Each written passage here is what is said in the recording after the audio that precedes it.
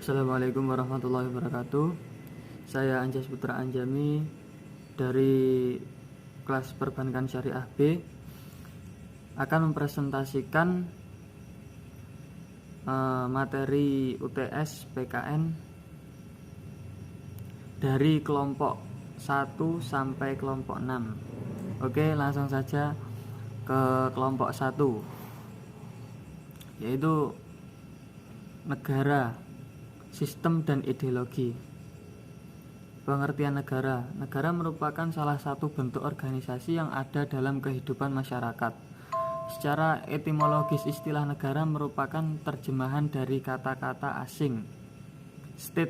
Kata state diambil dari bahasa Latin statum atau status, yang berarti keadaan yang tegak dan tetap atau sesuatu yang memiliki sifat-sifat yang tegak dan tetap. Adapun tujuan negara yakni 1. Memperluas kekuasaan semata-mata. 2. Menyelenggarakan ketertiban hukum. 3. Mencapai kesejahteraan umum. Adapun unsur-unsur mutlak negara yakni 1. Unsur tempat atau daerah, wilayah dan teritorial. Yang kedua, unsur manusia atau umat, masyarakat, rakyat atau bangsa. Unsur organisasi atau tata kerjasama atau tata pemerintahan. Dalam pemerintahan terdapat dua sistem, yaitu sistem pemerintahan negara dan sistem administrasi negara. 1. Sistem pemerintahan negara. Sistem pemerintahan negara ini dibagi menjadi 3. 1. Sistem pemerintahan parlementer. Yang kedua, sistem pemerintahan presidensial.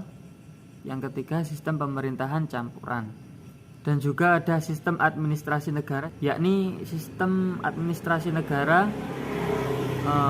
membahas tentang administrasi negara di Indonesia sebagai suatu sistem mengenai sistem penyelenggaraan pemerintahan negara yang di dalamnya membahas tentang koordinasi dan hubungan kerja dalam pemerintahan negara. Selanjutnya yakni ideologi negara. Kata ideologi berasal dari bahasa Yunani idea dan logos. Idea mengandung arti pengetahuan, pikiran, melihat dengan budi. Sedangkan kata logos mengandung arti gagasan, pengertian dan ilmu. Dengan demikian, pengertian ideologi adalah kumpulan ide atau gagasan, pemahaman-pemahaman, pendapat-pendapat atau pengalaman-pengalaman ideologi. Ideologi dibagi menjadi 2, yakni 1. Ideologi tertutup dan ideologi terbuka. Apakah ideologi tertutup itu? Ideologi tertutup adalah ciri khas ideologi yang dianggap sebagai kebenaran yang tidak boleh dipersoalkan lagi, melainkan harus diterima sebagai sesuatu yang jadi dan harus dipatuhi. Yang kedua, ideologi terbuka ialah bahwa nilai-nilai dan cita-citanya tidak dipaksakan dari luar, melainkan digali dan diambil dari kekayaan rohani, moral, dan budaya masyarakat sendiri. Selanjutnya, sistem pemerintahan dan ideologi negara Indonesia. 1. Sistem pemerintahan Indonesia pada garis besarnya sistem pemerintahan yang dilakukan pada negara-negara demokrasi menganut sistem parlementer atau sistem presidensial, ataupun bentuk variasi yang disebabkan situasi dan kondisi yang berbeda sehingga melahirkan bentuk-bentuk semua. Misalnya parlementer atau kuasi presidensial. Suatu sistem pemerintahan disebut sistem pemerintahan parlementer apabila eksekutif atau pemegang kekuasaan eksekutif secara langsung bertanggung jawab kepada badan legislatif atau pemegang kekuasaan legislatif. Pada sistem parlementer, presiden, raja, dan ratu kedudukannya sebagai kepala negara. Eksekutif dalam sistem parlementer adalah kabinet yang terdiri dari perdana menteri dan menteri-menteri yang bertanggung jawab sendiri atau bersama-sama kepada parlemen. 2. Ideologi negara Indonesia. Setiap negara di dunia ini mempunyai dasar negara yang dijadikan landasan dalam menyelenggarakan pemerintahan negara. Seperti Indonesia, Pancasila dijadikan sebagai dasar negara atau ideologi negara untuk mengatur penyelenggaraan negara. Mungkin itu dari kelompok 1. Yang selanjutnya kelompok 2. Presentasi dari kelompok 2, yakni Pancasila. Langsung masuk ke materi. 1. Sejarah Pancasila. Sejarah Pancasila berawal dari kekalahan Jepang pada Perang Pasifik. Saat itu mereka berusaha mendapatkan hati masyarakat dengan menjanjikan kemerdekaan kepada Indonesia dan membentuk sebuah lembaga yang tugasnya untuk mempersiapkan hal-hal yang terkait kemerdekaan.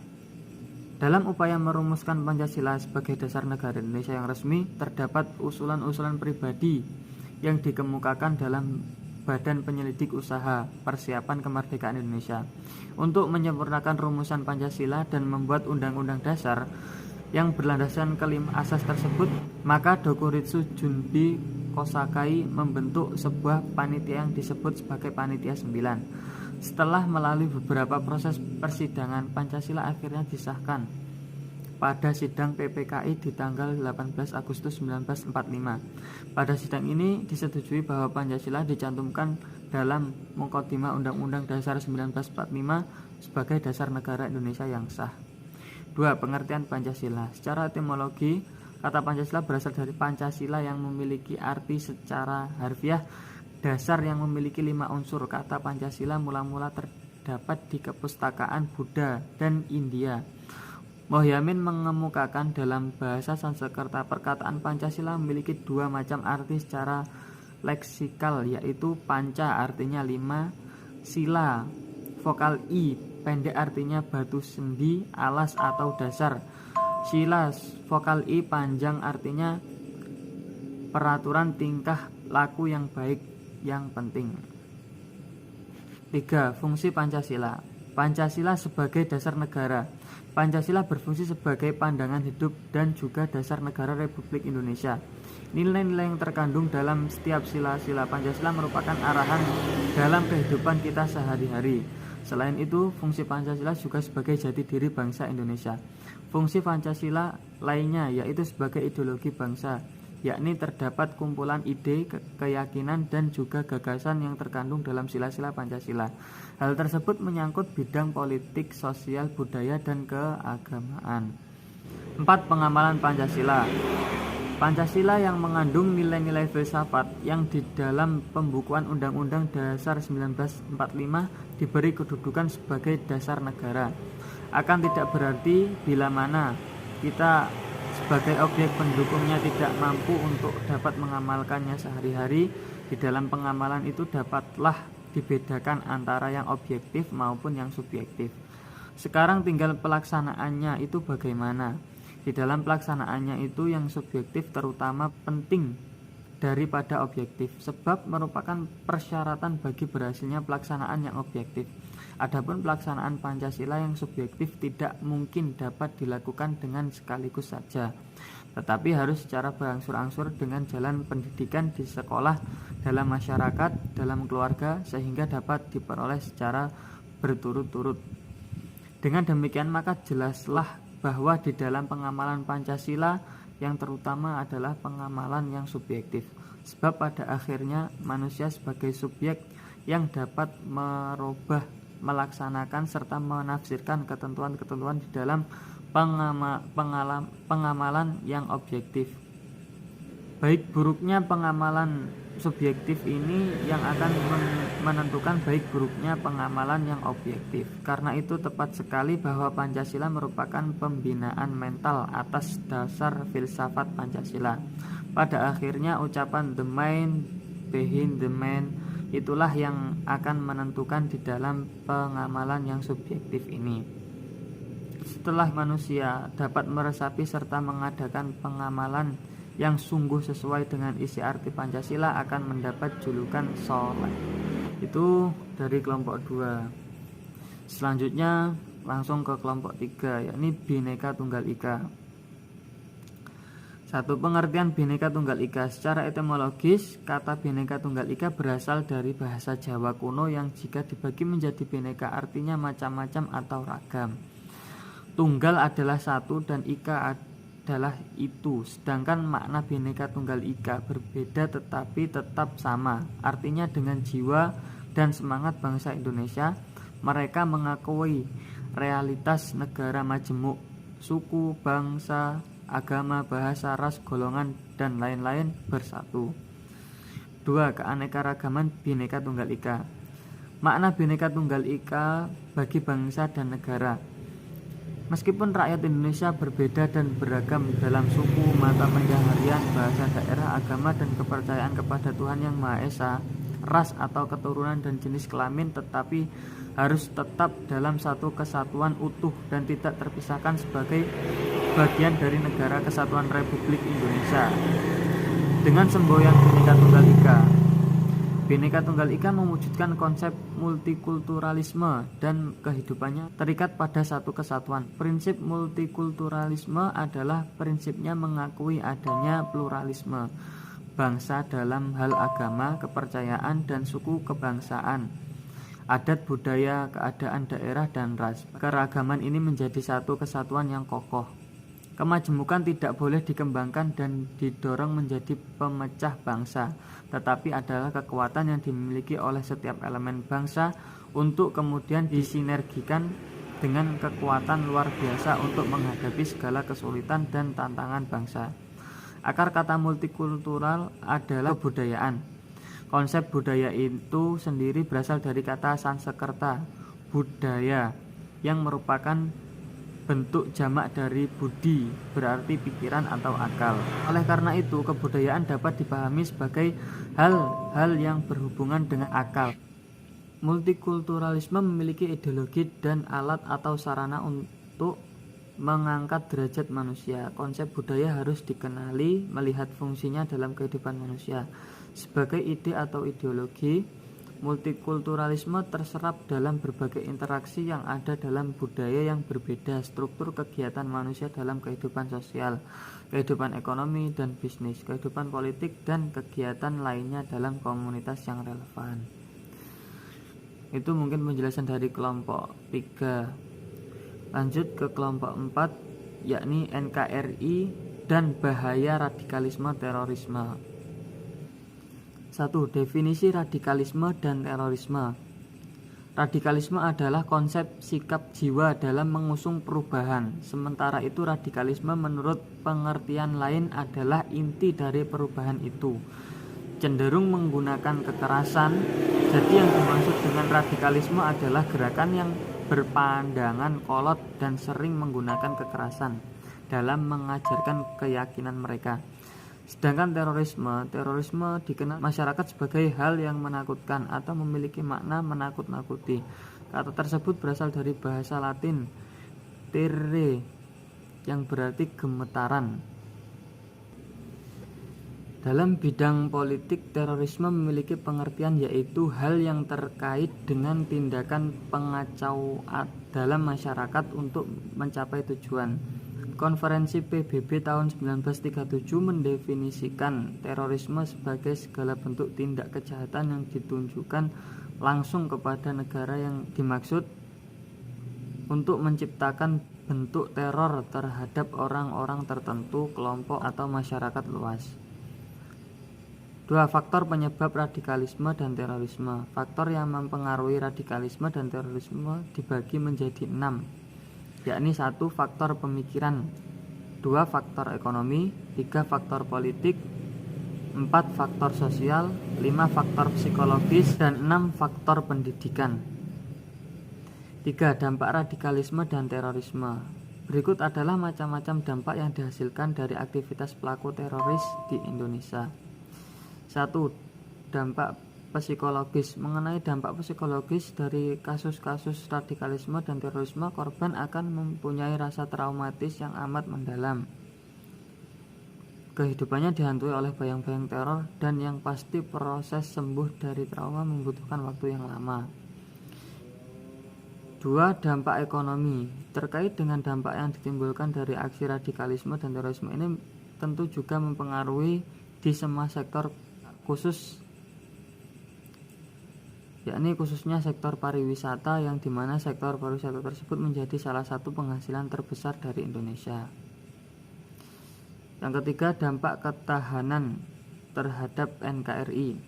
Peristiwa-peristiwa radikalisme dan terorisme yang terjadi di Indonesia tentu sangat berpengaruh terhadap keberlangsungan tatanan negara, dikarenakan hal itu menimbulkan ancaman yang serius untuk persatuan dan kesatuan bangsa. Bahkan Pancasila yang mana menjadi ideologi atau dasar negara. 4. Upaya pencegahan radikalisme dan terorisme. Divisi Pencegahan Badan Nasional Penanggulangan Terorisme atau BNPT mengeluarkan rencana strategis terkait pencegahan radikalisme dan terorisme, yaitu sebagai berikut. Perlindungan objek-objek vital dan tempat-tempat publik dari tindakan terorisme, menurunkan penyebaran ideologi dan propaganda radikal, mencegah masyarakat agar tidak terpengaruh dengan ideologi radikal dengan cara mensosialisasikan dan mengedukasi bahaya radikalisme dan terorisme, melakukan pemutusan hubungan antara pelaku teror, keluarga, dan jaringan dari terorisme, membentuk forum koordinasi pencegahan terorisme di daerah-daerah sebagai kepanjangan tangan dari BNPT agar dapat menyentuh persoalan lokal, memasifkan program deradikalisasi untuk mereka yang pernah terpapar radikalisme dan terorisme. Itu dari kelompok 4. Langsung ke kelompok 5, yakni konstitusi dan macam perundang-undangan di Indonesia. 1. Pengertian konstitusi. Istilah konstitusi negara berasal dari bahasa Prancis constituer, yang berarti membentuk, yang pemakaiannya berkaitan dengan pembentukan suatu negara atau menyusun dan menyatakan suatu negara. Sedangkan istilah undang-undang dasar merupakan terjemahan dari istilah bahasa Belandanya grondwet. Perkataan wet diterjemahkan ke dalam bahasa Indonesia undang-undang, dan grond berarti tanah atau dasar. Konstitusi merupakan sosial konstruk antara yang diperintah rakyat dengan yang memerintah penguasa atau pemerintah. Oleh karena itu, Aristoteles dalam bukunya yang cukup terkenal yaitu Politics mengemukakan bahwa perundangan terbaik yang disetujui oleh warga tidak akan banyak berarti jika tidak dilandaskan secara efektif pada prinsip dasar konstitusi. Konstitusi biasanya diartikan sebagai hukum dasar, sedangkan hukum dasar ini dibedakan menjadi dua, yaitu 1. Hukum dasar tertulis yang biasanya disebut dengan Undang-Undang Dasar. 2. Hukum dasar yang tidak tertulis yang biasanya disebut dengan konvensi. Jadi Undang-Undang Dasar itu merupakan bagian dari hukum dasar konstitusi yang tertulis. Dalam pengertian hukum ketatanegaraan, Undang-Undang Dasar diartikan sebagai dokumen negara yang memuat ketentuan pokok yang digunakan dalam mengatur penyelenggaraan pemerintahan negara. Hal ini sama dengan pengertian Undang-Undang Dasar 1945, pada dasarnya menunjuk pada ketentuan tertulis yang digunakan dalam mengatur penyelenggaraan pemerintahan negara Republik Indonesia. Penyebutan tahun 1945 menunjukkan tahun kapan Undang-Undang Dasar itu dibuat, sebab di negara Indonesia pernah berlaku pula Undang-Undang Dasar selain Undang-Undang Dasar 1945, yaitu Konstitusi RIS 1949 dan Undang-Undang Dasar sementara tahun 1950. 2. Sejarah Undang-Undang Dasar 1945. Dalam negara Republik Indonesia, Undang-Undang Dasar 1945 ditempatkan sebagai inti hukum nasional. Undang-Undang Dasar 1945 merupakan peraturan hukum tertinggi yang digunakan sebagai dasar pembuatan peraturan yang ada di bawahnya. Misalnya ketetapan MPR, undang-undang, peraturan pemerintah, keputusan presiden, dan seterusnya. Dahulu, sebelum amandemen, sistematika Undang-Undang Dasar 1945 terdiri dari pembukaan, batang tubuh, dan penjelasan. Jika kita kaji secara mendalam, Undang-Undang Dasar 1945 memuat materi yang berhubungan dengan 1. Sistem pemerintahan negara, dan 2. Materi tentang hubungan antara negara dengan warga negara sekarang. Kita hanya mengenal sistematika Undang-Undang Dasar 1945 dengan penyebutan pembukaan dan pasal-pasal. Di dalam pembukaan Undang-Undang 1945 juga terkandung 4 pokok pikiran yang digunakan sebagai cita-cita hukum bagi penyelenggaraan negara Republik Indonesia. 4 pokok pikiran yang dimaksud adalah pokok pikiran negara kesatuan, pokok pikiran keadilan sosial bagi seluruh rakyat, pokok pikiran negara yang berkedaulatan rakyat, pokok pikiran negara berketuhanan yang Maha Esa menurut dasar kemanusiaan yang adil dan beradab. Keempat pokok pikiran ini dijabarkan lebih lanjut ke dalam batang tubuh Undang-Undang Dasar 1945 sebagai produk bikinan manusia. Undang-Undang Dasar 1945 bukanlah dokumen kenegaraan yang bersifat permanen sehingga tabu dan sakral untuk dirubah. Sekalipun Undang-Undang Dasar 1945 bersifat singkat dan supel, dia tetap memerlukan perubahan jika bangsa Indonesia memang menghendakinya. Jadi amandemen Undang-Undang Dasar 1945 bukanlah sesuatu yang diharamkan. Amandemen Undang-Undang 1945 berarti perubahan, dan mengamandemen berarti berupa Undang-Undang Dasar tersebut. Mengamandemen bukan berarti mengganti, melainkan peninjauan kembali dalam menambah atau memperluas isi atas ketentuan yang telah ada.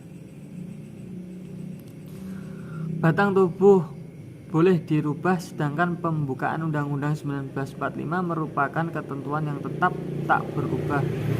Batang tubuh merupakan penafsiran dari jiwa yang ada dalam pembukaan, sedangkan pembukaan Undang-Undang 1945 tidak bisa dirubah karena dokumen ini telah memenuhi persyaratan sebagai pokok-pokok kaidah negara yang fundamental, yang di dalam mengandung tujuan negara, rumusan Pancasila negara, dan dasar politik atau asas politik negara yang berkedaulatan rakyat.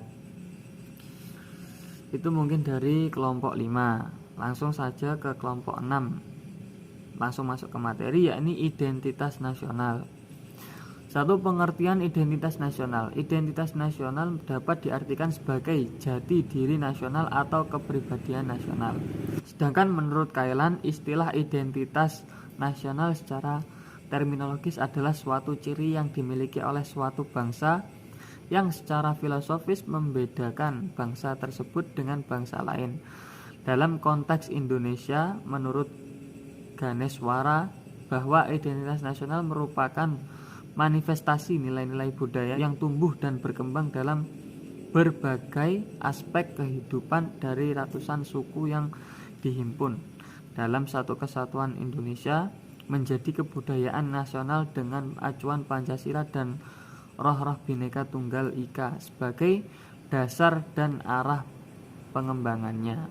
Dua, unsur identitas nasional. Menurut Ubaidillah, secara umum terdapat beberapa unsur yang menjadi komponen identitas nasional, di antaranya pola perilaku, lambing, alat-alat perlengkapan tujuan yang dicapai Indonesia sebagai sebuah bangsa yang mendiami suatu negara. Tujuan bersama bangsa Indonesia telah tertuang dalam pembukaan Undang-Undang 1945, yakni kecerdasan dan kesejahteraan bersama bangsa Indonesia. 3. Faktor pendukung kelahiran identitas nasional. Kelahiran identitas nasional suatu bangsa memiliki sifat, ciri khas, serta keunikan sendiri-sendiri yang sangat ditentukan oleh faktor-faktor yang mendukung kelahiran identitas nasional. Adapun faktor-faktor yang mendukung kelahiran identitas nasional bangsa Indonesia meliputi: 1. Faktor objektif yang meliputi faktor geografis, ekologis, dan demografis. 2. Faktor subjektif, yaitu faktor historis, sosial, politik, dan kebudayaan yang dimiliki bangsa Indonesia. Kondisi geografis ekologis yang membentuk Indonesia sebagai wilayah kepulauan yang beriklim tropis dan terletak di persimpangan jalan komunikasi antar wilayah dunia di Asia Tenggara, ikut mempengaruhi perkembangan kehidupan demografis, ekonomi, sosial, dan kultural bangsa Indonesia. 4. Faktor-faktor pembentuk identitas nasional. Proses pembentukan bangsa negara membutuhkan identitas-identitas untuk menyatukan masyarakat bangsa yang bersangkutan. Faktor-faktor yang diperkirakan menjadi identitas bersama suatu bangsa menurut Ramlan Subakti meliputi faktor primordial, sakral, tokoh, kesediaan bersatu dalam perbedaan, sejarah, perkembangan ekonomi, dan kelembagaan. Dalam konteks lahirnya identitas nasional Indonesia dibangun oleh berbagai kesamaan seperti persamaan senasib dan penderitaan mengusir penjajah, kesamaan geografis dan kesamaan agama pada mayoritas warga negara, sebagaimana pendapat Subakti di atas. Faktor tokoh seperti Soekarno menjadikan ikatan bagi bangsa Indonesia saat itu bahwa mereka memiliki identitas yang sama. Begitu pula dengan Sesanti Bhinneka Tunggal Ika telah terbukti ikut mempersatukan bangsa Indonesia hingga kini. Namun demikian, perasaan senasib, kesamaan agama, suku, dan sejarah serta tokoh yang dianggap berwibawa saat perjuangan melawan penjajah dan masa awal kemerdekaan kiranya perlu direktualisasikan saat ini dengan kebijakan pembangunan yang berkeadilan dan tidak diskriminatif. 5. Identitas nasional Indonesia sebagai karakteristik bangsa. Identitas nasional merupakan suatu yang ditransmisikan dari masa lalu dan dirasakan sebagai pemilikan bersama, sehingga tampak kelihatan di dalam keseharian tingkah laku seseorang dalam komunitasnya. Proses pembentukan identitas nasional umumnya membutuhkan waktu perjuangan panjang di antara warga bangsa negara yang bersangkutan. Setiap kelompok bangsa di dalam negara umumnya menginginkan identitasnya dijadikan atau diangkat sebagai identitas nasional yang tentu saja belum tentu diterima oleh kelompok bangsa lain. Inilah yang menyebabkan sebuah negara bangsa yang baru merdeka mengalami pertikaian intern yang berlarut-larut demi untuk saling mengangkat identitas kesukubangsaan menjadi identitas nasional setelah bangsa Indonesia bernegara. Mulai dibentuk dan disepakati apa-apa yang dapat menjadi identitas nasional Indonesia, bisa dikatakan bangsa Indonesia relatif berhasil dalam membentuk identitas nasionalnya, kecuali pada saat proses pembentukan ideologi Pancasila sebagai identitas nasional yang membutuhkan perjuangan dan pengorbanan di antar warga bangsa. Mungkin itu dari saya yang dapat saya ambil dari kelompok 1 sampai kelompok 6. Mungkin ada banyak kesalahan atau kurang dari saya, mohon dimaafkan. Cukup dari saya itu saja, semoga bermanfaat terutama bagi saya sendiri. Terima kasih. Wassalamualaikum warahmatullahi wabarakatuh.